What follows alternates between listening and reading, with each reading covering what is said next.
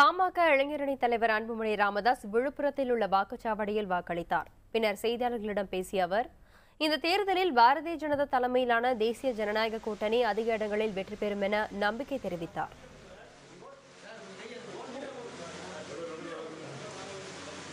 தேர்தலில் தமிழ்நாட்டில் தேசிய ஜனநாயக கூட்டணி குறைந்தது 35 இடங்களில் வெற்றி பெற இருக்கிறது.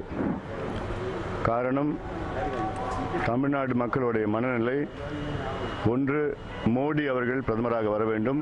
2, 47 ஆண்டுகளுக்கு பிறகு திமுக, அதிமுக இல்லாத மிகப்பெரிய ஒரு கூட்டணி.